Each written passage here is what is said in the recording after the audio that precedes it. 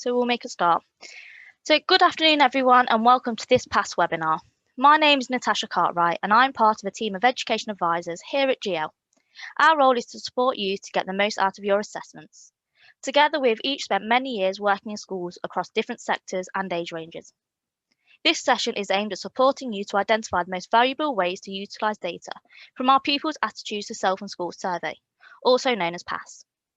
Also in attendance today are my colleagues Nanette and Emma. If during the session you have any questions or technical issues, please use the Q&A box. The chat will not be monitored during today's webinar. At the end, we will share and answer as many as we can. If we run out of time, we will of course get back to you with the answers. Over the next 30 minutes or so, we will look at how PASS can support you and your students in your journey to overcome any key challenges you may have experienced during the autumn term and during this current term. We will briefly explore the key aspects of PASS, consider how PASS can support you to know your learners better by using whole cohort, key group and individual analysis.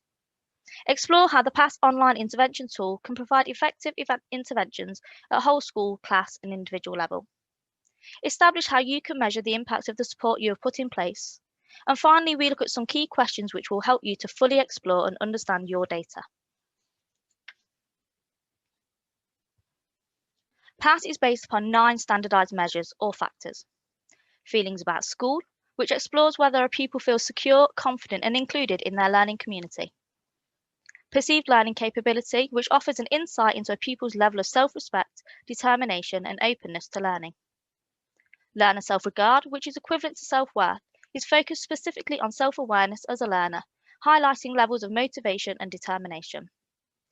Preparedness for learning, which looks at areas such as study skills, attentiveness and concentration.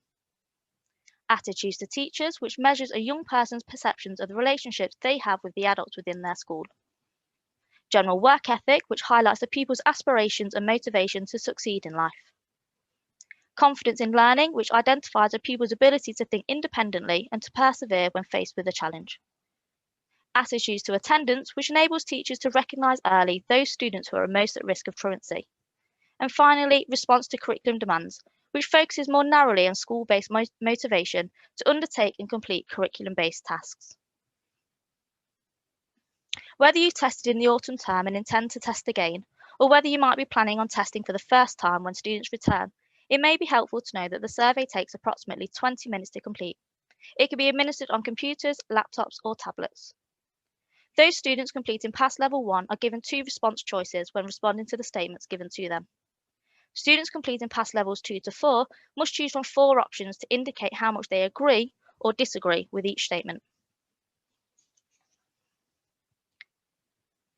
If you are not already aware, we recently announced the launch of PASS Languages, a new addition to PASS which provides translations into 26 languages to support those students with English as an additional language. This document is available on request via our customer service team or your account manager. Included within the document are clear administration guidelines to ensure you are confident in delivering the survey correctly. The process in which PASS should be administered throughout the academic year so that it is used in the most effective manner is shown here in this diagram. Once students have completed their survey, the next step is to analyse the data. The data can be analysed easily with your PASS reports at whole cohort, key group and individual levels to ensure that all aspects of students' school life are supported. Once you have identified your key areas of focus and with whom, which may be at whole cohort, group or individual level, step 3 can begin. Our PASS online interventions tools will provide you with a range of interventions and resources to support you at all levels. Once interventions and support has been put in place, the PASS survey can be re-administered as seen in step 4. It is advised that this takes place a minimum of 12 weeks after its first administration. Analysis of this new set of data will help you compare your previous PASS data, supporting you to establish the impact of interventions and any additional support put in place. It will also help you to identify your future next steps. Over the autumn term, you were able to build relationships with new students whilst re-establishing relationships with current ones. You may have had conversations with them about their work, what they did during lockdown, and gathered a general understanding of how they coped with online learning. However, how well do you truly know how your learners are feeling beyond their current attainment levels? I discussed in our autumn webinar the importance of establishing not only where students are academically, but also about how they feel. For some students, the first school closure may have had little impact, but for some it may have had a huge impact on both the way they feel about their learning and school. Now that we find ourselves with schools closed again, it is essential that students' feelings are taken into consideration and the relevant support put in place. This unprecedented time will have affected all students in a variety of ways. Over the autumn term and at present, it is likely that you have become more aware of those students who need additional support with their emotional well-being. This may have been by administering PASS on their return to school.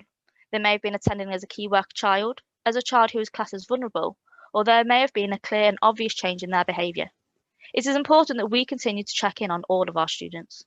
How are our high attainers? Are they anxious about how they are going to keep up their grades, or are they worried about that their grades have dropped? What about the middle attainers who are just managing to keep their heads above water before the first school closure? And how are those students who are struggling to keep up before we'd even heard of COVID-19? It is vital that we check how all of our students are feeling and find out ways in which we can best support them moving forward. You may have administered PASS in the first half of the autumn term, and as a result, being able to begin putting interventions in place. We will look at how you can assess the impact of these interventions later on in the webinar. It is likely that of the 9 factors, those which have been impacted most by school closures will be confidence in learning, perceived learning capabilities, and preparedness for learning. However, this may vary due to a range of factors specific to your students, your school, and other demographics. For example, you may find that younger students in your school, such as Year 1s and Year 7s, may be less positive in the factor feelings about school, as they have had such a disrupted transition period. Shenley Brook End School in Milton Keynes provided us with a fantastic insight into how they aim to utilise PASS within their school after the first lockdown. They are a large comprehensive secondary who have been using PASS for 5 years. Students at Shenley Brook End take PASS twice annually, so teachers can measure their views throughout the year, once in the lead up to October half term and then at the end of June. This way the school can identify those students with difficulties in September, and the impact of any interventions put in place can be analysed in the June assessment.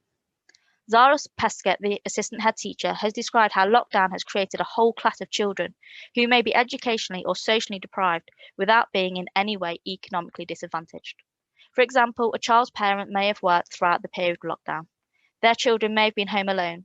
They may not have been disadvantaged financially, but they may have been in terms of parental input.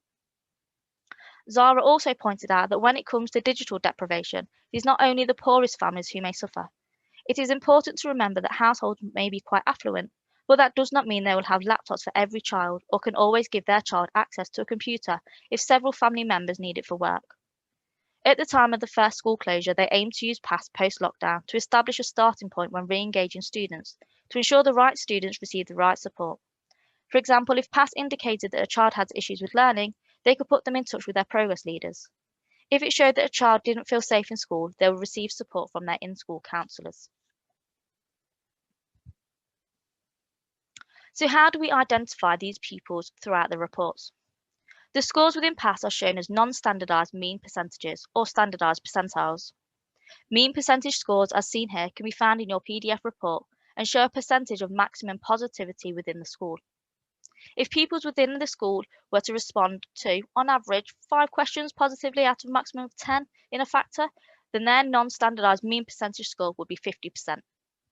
In the example on screen, we can see that pupils in this school, on average, responded positively to 70% of the questions in relation to general work ethic.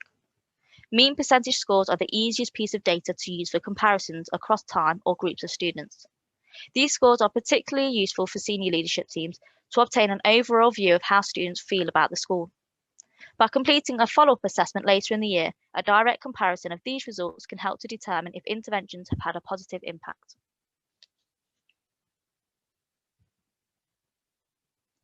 Percentiles are standardised scores benchmarked against national norms and can be found in both your PDF and Excel reports.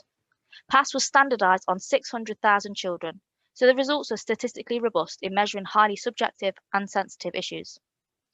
Where percentiles are shown for individuals, these scores represent a comparison to other individual students in the standardisation sample. Where percentiles are shown for cohorts, these scores represent a comparison to other cohorts in the standardisation sample.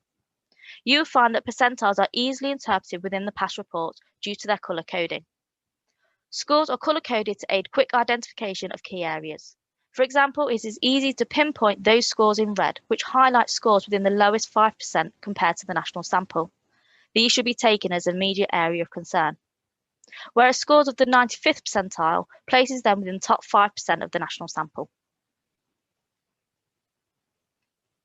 In the example shown here, a score of 61% for factor 1 puts the cohort in the 21st percentile, meaning that they are equally as or more positive than 21% of the standardization sample on that measure, but less positive than 79%.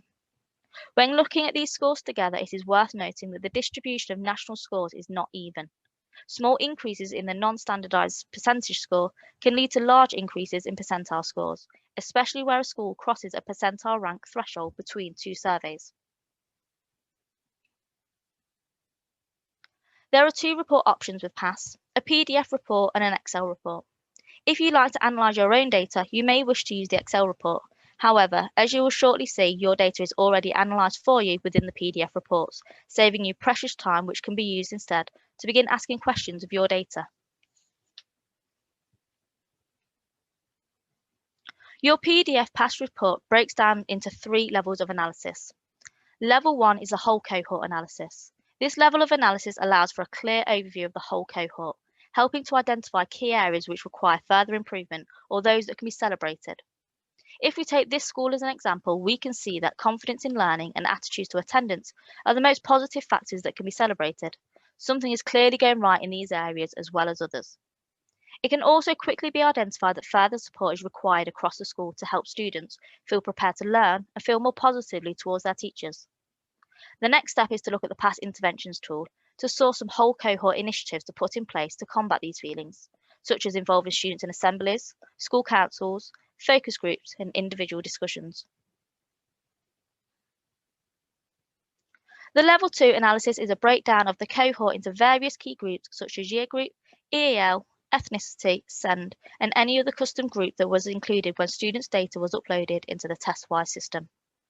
You may like to start by looking at your whole cohort analysis and working your way through your key group data to understand where the strongest and weakest areas are, and which groups you might be able to support to improve your whole cohort picture.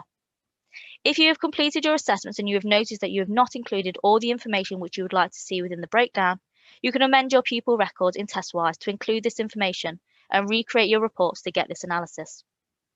If you did include this information, but you found that you have too many subcategories, for example, yes and no have been used in various forms, this can also be amended and your report can be recreated to rectify the issue. In this example, we can see that girls generally feel less positive than boys. So how can we work with the girls to improve their feelings towards themselves and school? If we look more closely at the scores between girls and boys, we can see that both boys and girls have most levels of positivity in Factor 8, attitudes to attendance, indicating that students understand and value the importance of good attendance. If we then look at the factors in which are the least positive for both boys and girls, we can see that the boys are least positive in Factor 5, their attitude towards teachers. The girls also scored low in this factor, however this was not their lowest score, therefore indicating that students' relationships with teachers is an area which the school would benefit from focusing on. Advice and strategies on how the school could do this is provided within the PASS interventions tool, which we will look at soon. The girls in fact scored least positive in Factor 4, preparedness for learning, which looks at areas such as study skills, attentiveness and concentration. This is one of the 3 factors that could be affected negatively due to school closures.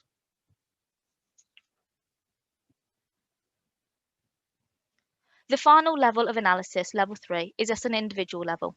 This data can be used to identify those individuals most in need of support. It is easy to identify Sarah at the bottom of this table as a student who requires support across the board. You may wish to consider which factors to prioritise when working with a student like Sarah. It is important to remember that there is no right or wrong answer here.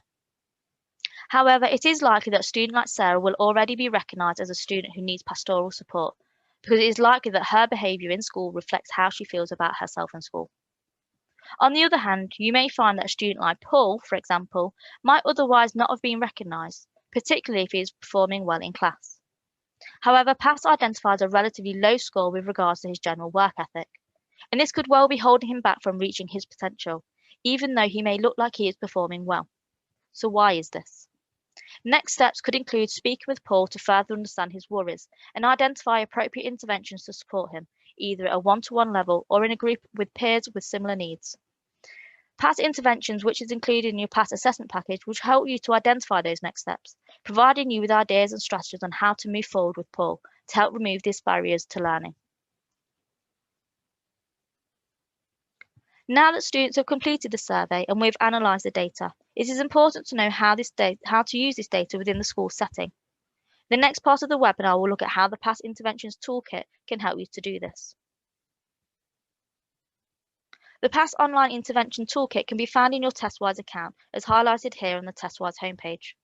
You may wish to provide all staff who will be administering the PAS interventions access to this via their own TestWise login.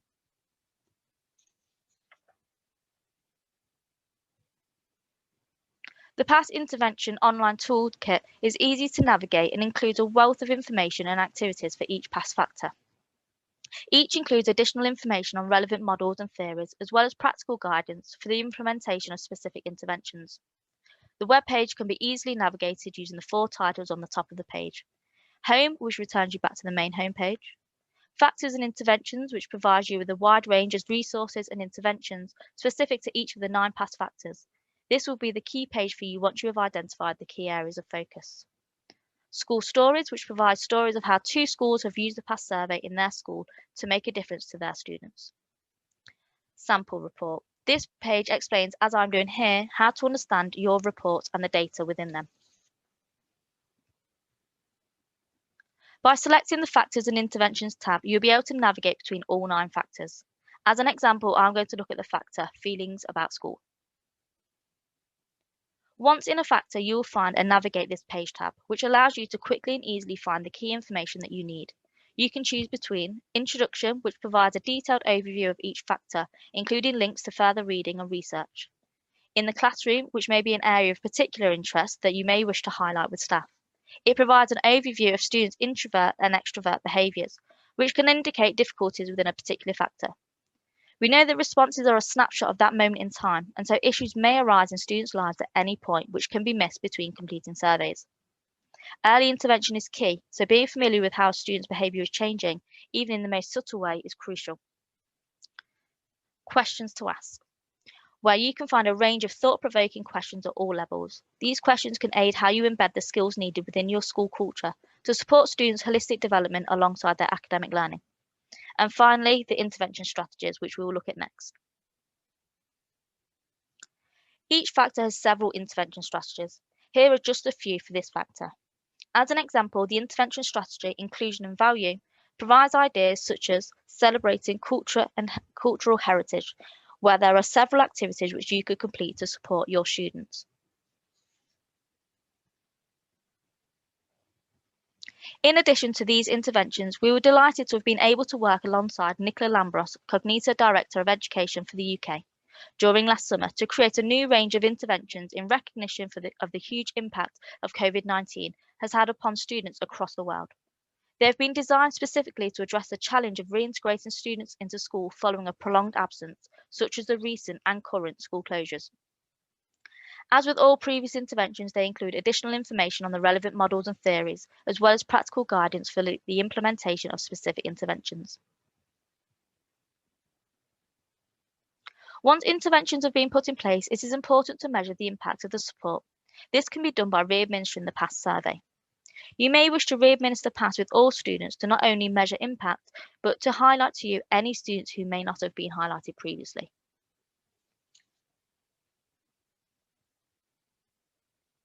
Here we will look at how re-administering the PAS survey can show progress at an individual level. This short case study will explore how PAS can be used to highlight those students with difficulties and then again to assess the impact of any interventions put in place. We would recommend that there is at least a 12-week gap between repeating the survey with any student. Emma was recognised as a student of concern through the Level 3 individual analysis. The traffic light system made her low percentile scores on specific areas of need easily identifiable. At the time of completing the survey, Emma was working at expected levels, although these levels were slowly starting to dip. Therefore, staff may have expected her PAS scores to show areas of need. Emma sometimes had difficulty engaging in certain subjects, but overall was doing well. Therefore, the range of low percentile scores across the board were quite surprising to her teachers. Emma's past results showed that she was not engaged with the curriculum, had a poor attitude to the school, and wasn't motivated. To investigate further, a parent meeting was held to discuss the concerns raised by PASS. It transpired that Emma was an anxious student who was stressed about her school exams. She was feeling isolated from her peers as she didn't feel that she performed as well as them. After introducing friendship group support, Emma's anxiety levels reduced dramatically. While ongoing support is needed, her latest PASS results showed that she was in a much more positive frame of mind. Her confidence in her own learning had improved, and she was also performing more in line with academic expectations.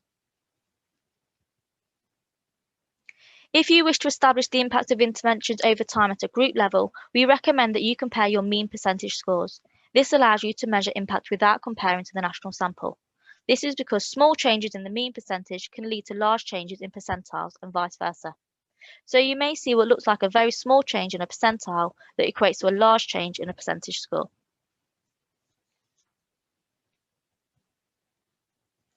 We will now look at how past data can also be used alongside students' attainment data to contextualise attainment with students' feelings towards themselves and school, in order to understand whether there are any hidden barriers impacting on their attainment. If you've used our cognitive abilities test CAT4, you may, for example, know that students are perfectly capable of doing better than their current attainment would suggest. Current attainment could, of course, be measured using our progress test series or new group reading test, but could just as easily be measured through teacher assessment or teacher judgment. In any case, if academic interventions has been tried without success, PASS may provide the missing piece of the puzzle. Pastoral intervention could be key, and your PASS interventions will equip you with the tools to remove barriers to learning for students in this position.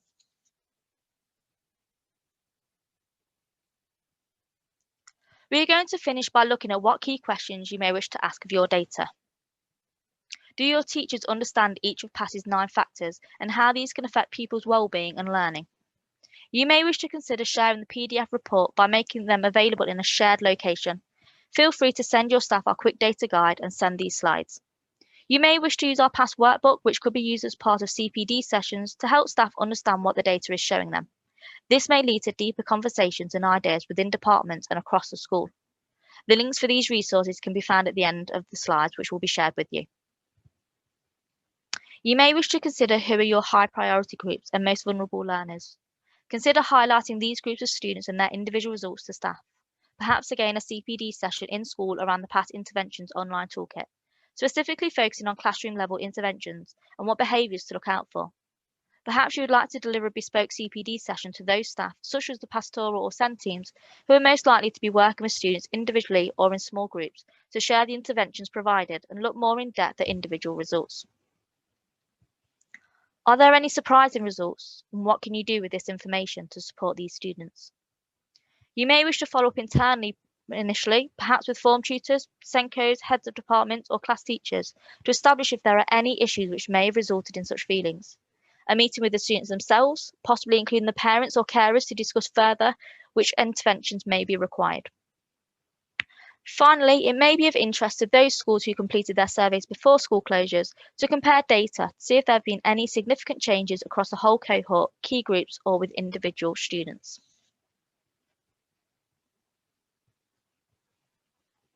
But don't forget, it is easy to be drawn to the reds, but remember to celebrate the greens.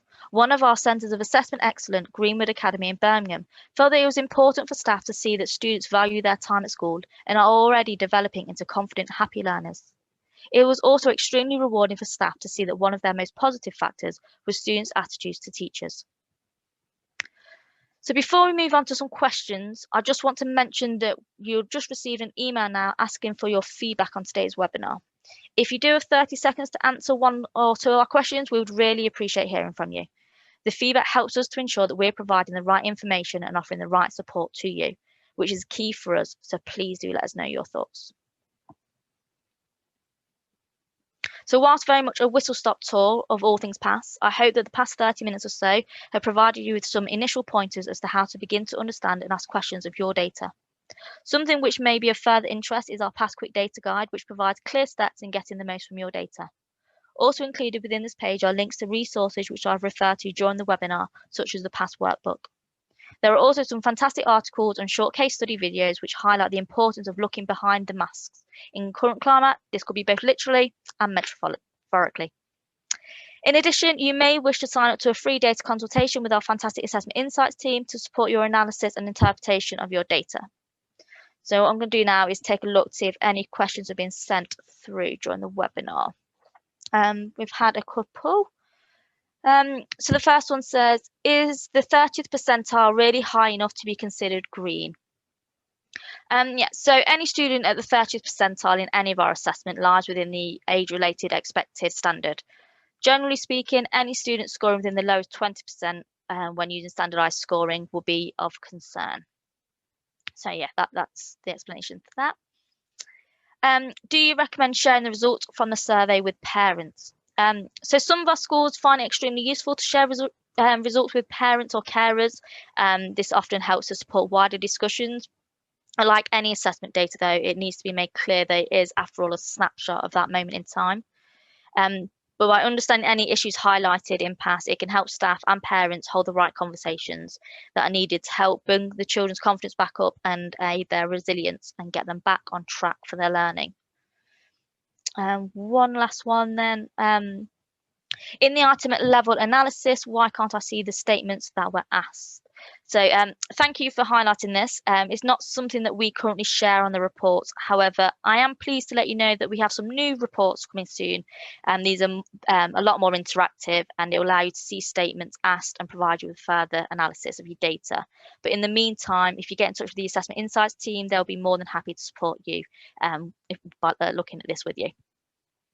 Unfortunately, that is all we have time for. If you have sent in a question that's not been answered, we will get back to you.